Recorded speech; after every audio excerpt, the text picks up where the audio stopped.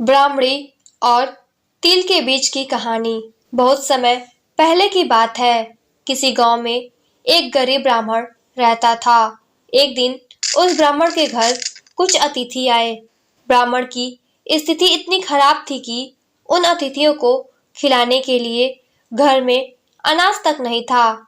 इस स्थिति को लेकर ही ब्राह्मण और उसकी पत्नी के बीच थोड़ी कहासुनी होने लगती है।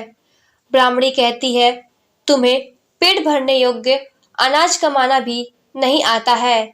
इसी का नतीजा है कि आज घर में अतिथि आ खड़े हुए हैं और हमारे पास उन्हें खिलाने के लिए कुछ भी नहीं है। इस पर ब्राह्मण अपनी पत्नी से कहता है, कल कर्क संक्रांति है। मैं कल भिक्षा लेने के लिए दूसरे गांव जाऊंगा। वहां एक ब्राह्मण ने मुझे आमंत्रित किया है। वह सूर्यदेव की तृप्ति के लिए कुछ दान देना चाहता है। तब तक जो कुछ भी घर में है उसे आदर सत्कार के साथ अतिथियों के सामने रखो। ब्राह्मण की यह बात सुनकर ब्राह्मणी कहती है, तेरी पत्नी होकर मैंने कभी सुख नहीं भोगा है, न कभी खाने को मेवा मिष्ठान मिला है, न ही ढंग के वस्त्र और आभूषण। आज तू कह रहा है कि जो भी घर में पड़ा हो वो अतिथियों के समक्ष रख दो। जब कुछ है ही नहीं तो मैं उनके सामने क्या रख दूं? पड़े हैं तो बस एक मुट्ठी तिल। तो क्या अतिथियों के सामने सूखे तिल रखना अच्छा लगेगा? पत्नी की यह बात सुनकर ब्राह्मण कहता है, ब्राह्मणी, तुम्हें ऐसा बिल्कुल भी नहीं कहना चाहिए। कारण यह है कि इच्छा के अनुसार किसी भी मनुष्य को धन की प्राप्ति नहीं होती है। जरूरी है तो पेट भरना, और पेट भरने योग्य अनाज तो मैं ले ही आता हूँ। अधिक धन की चाहत अच्छी नहीं। ऐसी इच्छा का तुम्हें त्याग कर देना चाहिए। अधिक धन की इच्छा के चक्कर में मनुष्य के माथे पर शिखा बन जाती है। माथे पर शिखा वाली बात सुन ब्राह्मणी बड़े ही आश्चर्य से ब्राह्मण से पूछती है, अधिक धन की इच्छा में माथे पर शिखा हो जाती है? मैं कुछ समझी नहीं। जो भी कहना है खुलकर कहिए। ब्राह्मणी के इस सवाल का जवाब देने के लिए ब्राह्मण अपनी पत्नी को शिकारी और गीदड़ की एक कहानी सुनाता है। ब्राह्मण कथा की शुरुआत करता है। एक दिन एक शिकारी जंगल में शिकार की खोज कर रहा था। जंगल में कुछ दूर आगे बढ़ने के बाद शिकारी को एक काले रंग का पहाड़ जैसा विशाल सुअर दिखाई देता है। सुअर को देखते ही शिकारी अपना धनुष उठा लेता है और कमान खींचते हुए सुअर पर निशाना लगा देता है। कमान से निकला हुआ तीर तीव्र गति से सुअर को घायल कर देता है। घायल होने पर सुअर चिंघाड़ता हुआ शिकारी पर पलटवार कर देता है। सुअर के तीखे दांतों से शिकारी का पेट फट जाता है। इस तरह शिकार और शिकारी दोनों का ही अंत हो जाता है। इसी बीच खाने की तलाश में भटकता हुआ एक भूखा गीदड़ वहां से होकर गुजरता है जहां शिकारी और सुअर का शव पड़ा हुआ था। बिना मेहनत इतना सारा भोजन देख गीदड़ मन ही मन बहुत खुश होता है और मन ही मन सोचता है कि आज तो ईश्वर की बड़ी कृपा हुआ, जो इतना अच्छा और अधिक भोजन एक साथ मुझे मिला है। मैं इसे धीरे धीरे और आराम से खाऊंगा ताकि लंबे समय तक मैं इसे उपयोग में लाऊंगा। इसी तरह मैं इस भोजन के साथ लंबे समय तक अपनी भूख को शांत रख पाऊंगा।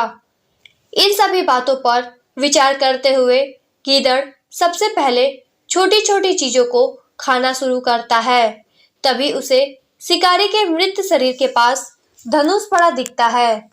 गीदड़ के मन में पहले उसे ही खाने का विचार आता है और वह धनुष पर चढ़ी डोर को चबाने लगता है। गीदड़ के चबाने से धनुष पर चढ़ी डोर टूट जाती है और डोर के टूटने से धनुष का एक सिरा वेग के साथ गिदड़ के माथे को भेदता हुआ ऊपर निकल आता है। गीदड़ के माथे को भेद कर धनुष का जो सिरा गीदड़ के सिर पर निकल आता है, वह ऐसा प्रतीत होता है मानो गीदड़ के माथे पर शिखा निकल आई हो। घायल होने के कारण कुछ देर बाद गीदड़ की भी मौत हो जाती है।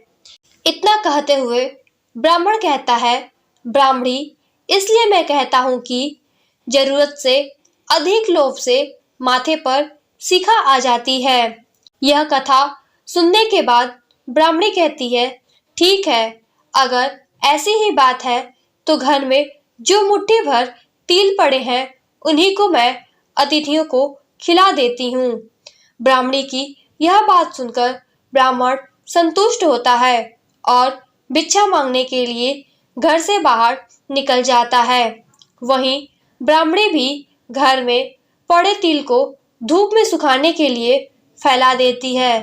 तभी कहीं से एक कुत्ता आ जाता है और उन साफ तिलों पर पेशाब कर देता है, जिससे सभी तिल खराब हो जाते हैं। तिल के खराब हो जाने पर ब्राह्मणी काफी परेशान हो जाती है और सोचती है, यही तो तिल थे जिन्हें पकाकर मैं अतिथियों को खिला सकती थी। अब मैं क्या करूं? काफी देर सोचने के बाद ब्राह्मणी को एक तरीका सूझा। उसने सोचा कि अगर वह गंदे तिलों के बदले साफ तिल देने की बात कहेगी तो कोई भी आसानी से मान जाएगा। साथ ही किसी को भी इन तिलों के खराब होने की बात पता नहीं चलेगी। इस विचार के साथ वह उन तिलों को लेकर घर घर घूमने लगी। ब्राह्मणी की यह बात सुनकर एक महिला वह तिल लेने के लिए तैयार हो गई, लेकिन उस महिला का पुत्र अर्थशास्त्र पढ़ा हुआ था। उसने अपनी माँ से कहा कि इन तिलों में जरूर कोई न कोई खोट होगी, वरना कौन साफ सुथरे तिलों को गंदे तिलों के बदले देने के लिए तैयार होगा। पुत्र की यह बात सुनकर महिला ने ब्राह्मणी के तिलों को लेने से मना कर दिया। दोस्तों, इस कहानी से हमें यह सीख मिलती है कि हमारे पास जो भी होता है हमें उसी में सुखी रहना चाहिए। किसी के पास ज्यादा चीज देखकर दुखी नहीं होना चाहिए। दोस्तों, अगर आप लोगों को यह कहानी अच्छी लगी तो इस वीडियो को लाइक कीजिएगा। धन्यवाद।